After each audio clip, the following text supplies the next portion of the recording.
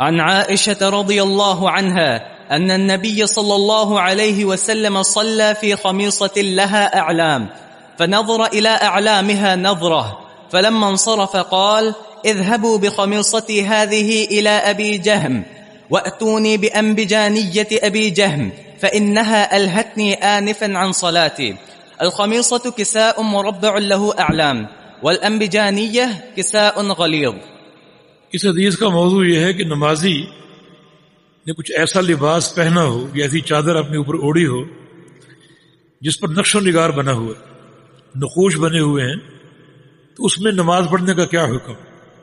حدیث سے یہ بات واضح ہوتی ہے کہ بہتر ہے ایسا کوئی لباس زیب تن نہ کرے جس میں نقش و نگار ہو اور نماز کے دوران اس نقش و نگار کی طرف اس کی توجہ جائے اور اس کی توجہ نماز سے ہٹ جائے اور اس کا دھیان ذکر اللہ سے ہٹ جائے اور اس کی توجہ نقوش کی طرف ہو، نقش و نگار یا جو پھول وغیرہ بنے ہوئے ہیں ان کی طرف اس کی بناوٹ کو دیکھتا ہو اور نماز میں اس کا دھیان اس طرف چلا جائے. اگر ایسا اندیشہ ہو تو بہتر ہے کہ وہ ایسا لباس زیب تن نہ کرے. اس کی دلیل نبی علیہ السلام کی حدیث ہے. سیدہ عائشہ صدیقہ رضی اللہ عنہا اس کی راوی ہیں، فرماتے ہیں کہ ان نبی صلی اللہ علیہ وسلم صلی فی خمیصۃ لہا اعلام، آپ نے نماز پڑھی ایک چادر میں. خمیصہ ایک چادر، خمیصہ مربع چادر کو بولتے ہیں، یعنی جو چوکور ہو، لہو اعلام اور اس کے کچھ نشانات ہوں، نقش و نگار اس میں بنا ہو، خطوط اس میں کھنچے ہوں، تو ایسی چادر میں آپ نے نماز پڑھی. فنظر الی اعلامها نظرۃ، تو نماز کے دوران آپ کی نگاہ اس نقش و نگار کی طرف چلی گئی اور آپ جو اس کے خطوط تھے ان کو آپ نے دیکھا ایک دفعہ. فلما انصرف، جب آپ نے سلام پھیرا اور نماز سے فارغ ہوئے، قال، فرمایا، اذهبوا بخمیصتی هذه الى ابی جہم، میری یہ خمیصہ، یہ چادر نقش و نگار والی لے جاؤ ابو جہم کے پاس. واتونی بانبجانیۃ ابی جہم، اور میرے پاس ابو جہم کی انبجانیہ لے کر آ جاؤ. فإنها ألهتني آنفا عن صلاتي، اس لیے کہ یہ جو چادر ہے خمیصہ، اس نے مجھے میری نماز سے غافل کیا، میری توجہ نقش و نگار کی طرف چلی گئی، اس چادر نے مجھے میری نماز سے آگاہ کیا.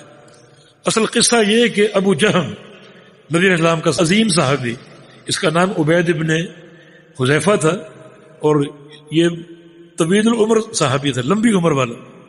یعنی یہ وہ واحد شخص ہے جو دونوں کعبۃ اللہ کی تعمیر میں موجود ہے، دونوں بار. یعنی کعبۃ اللہ کی تعمیر ایک دفعہ جاہلیت میں ہوئی جب نبی علیہ السلام بھی موجود تھے، جاہلیت کے دور میں اس وقت بھی یہ موجود تھا، اور دوسری بار عبداللہ بن زبیر کے دور میں ہوئی، اس وقت بھی یہ موجود تھا، اور عبداللہ بن زبیر کی خلافت میں اس کا انتقال ہوا. تو یہ معمر صحابی تھا ابو جہم.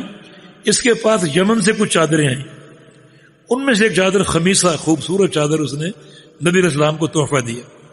آپ نے ہدیہ قبول کر لیا اور نماز کا وقت ہو گیا تو وہ چادر آپ نے اوڑھ رکھی تھی، پہن رکھی تھی، نماز آپ نے شروع کر دی. یک لخت آپ کا دھیان چادر کے نقوش کی طرف چلا گیا. آپ نے نماز ادا کی، نماز سے فارغ ہوئے تو آپ نے فرمایا کہ یہ چادر ابو جہم کو لوٹا دو، واپس کر دو. اب کسی کا ہدیہ اگر لوٹا دیا جائے تو اس کا دل ٹوٹ جائے گا کہ اس کی کسر قلب بھی. ابو جہم کے پاس چادر ایک اور تھی، وہ انبجانیہ. انبجانیہ ایک غلیظ صوف کی چادر کو بولتے ہیں، موٹی، اس میں نقش و نگار نہیں ہوتی، وہ سادی چادر ہوتی. کہ ابو جہم کے پاس وہ چادر ہے، وہ لے آؤ تاکہ اس کی حوصلہ شکنی نہ ہو. میرا تحفہ واپس کر دیا، سوچتا رہے کہ کیوں واپس کیا، کیا مجھ میں کمی تھی.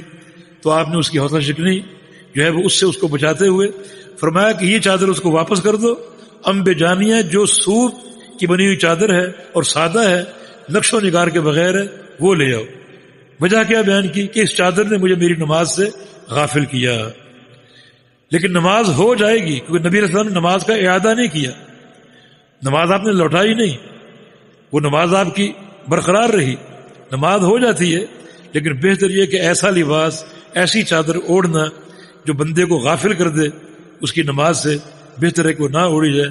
سادہ لباس ہو تاکہ بندے کی توجہ اور دھیان نماز کی طرف ہو، اور نماز کے دوران وہ اپنی خشیت کی اور حضور قلبی کی حفاظت کر سکے.